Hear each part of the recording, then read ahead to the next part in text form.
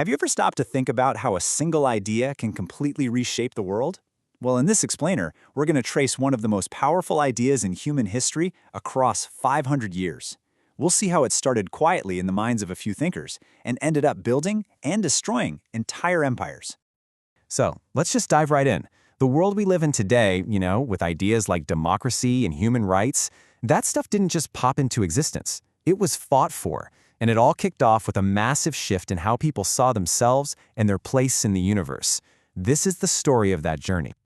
To really get the scale of the change, we have to go back to the beginning. Picture the world around the year 1500. For pretty much everyone, your entire life was decided the moment you were born. The world was built on this rigid, unmoving hierarchy that nobody questioned.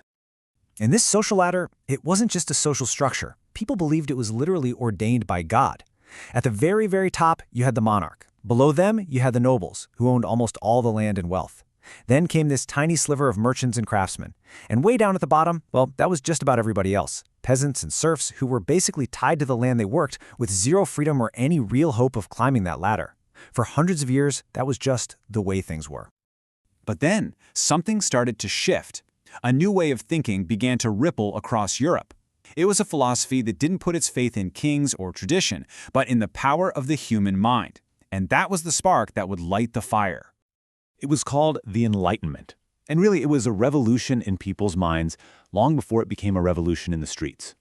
Thinkers started arguing that we, human beings, could use reason and science to figure out the world and make it a better place. They started talking about ideas that sound normal to us now, but were absolutely radical back then. Individual liberty, human progress, and the idea that maybe we should just tolerate people who believe different things. And this right here, this is maybe the most explosive idea to come out of the entire movement. Thinkers like Jean-Jacques Rousseau basically said, hey, a king's power doesn't come from God. It comes from us, from the people. This idea that a government's right to rule comes from the consent of the governed just completely pulled the rug out from under the entire old world order. You know, an idea that powerful isn't going to stay in books and fancy salons for long. It was only a matter of time before people decided to put it into practice, and the results were, well, explosive. And when that spark finally caught, it spread like wildfire. In 1776, American colonists used these new ideas to justify breaking up with Great Britain, creating a Bill of Rights based on these natural rights. Just a decade later, the French took it even further, overthrowing their own king in a much bloodier revolution. And then, in Haiti, the most radical revolution of them all, enslaved people heard this new language of liberty and rose up to forge their own free nation. 3 huge revolutions, all sparked by one powerful idea. But freedom, it wasn't free. This number tells a really brutal story. In 1825, France essentially blackmailed the new nation of Haiti. They forced them to pay 150 million francs as compensation for lost property.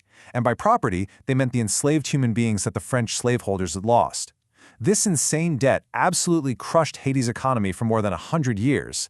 It's just a stark reminder that even when a revolution wins, the old powers have ways of keeping you down.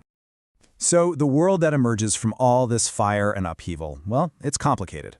The very same forces that were unleashing all this human potential also created brand new and in some ways more efficient systems of control and exploitation.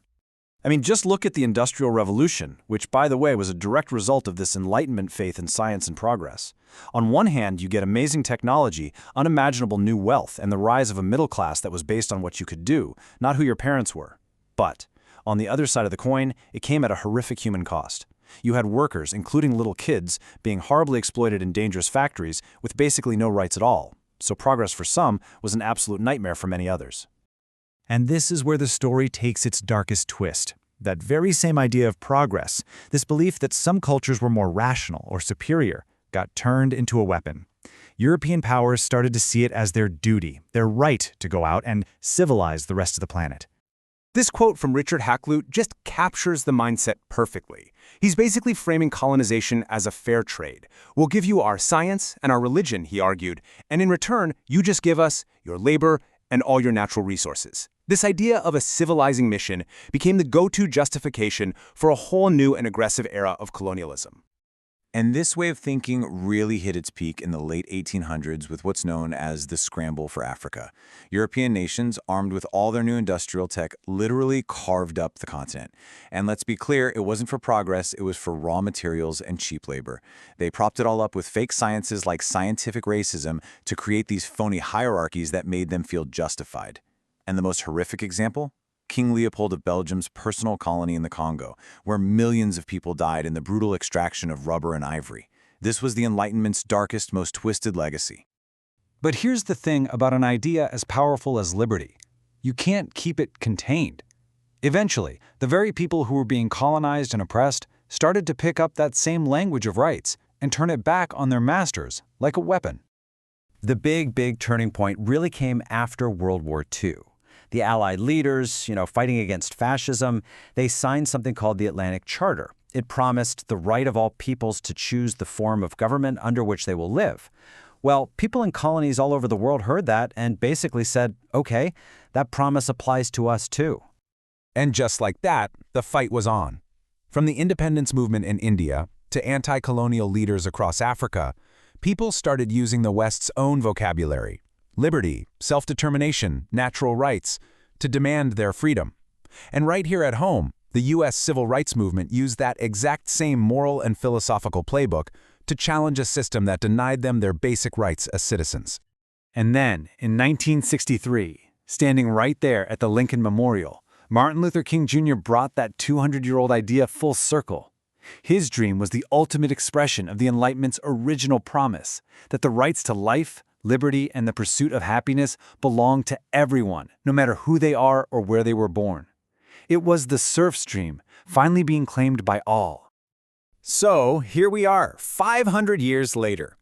This single idea gave us democracy and human rights, but it was also twisted to justify exploitation and colonialism on a massive scale. That fundamental conflict between liberation and control, between progress for some and oppression for others, is still the central battle being fought in our world today. So the question for us is, which side of that legacy are we building on now?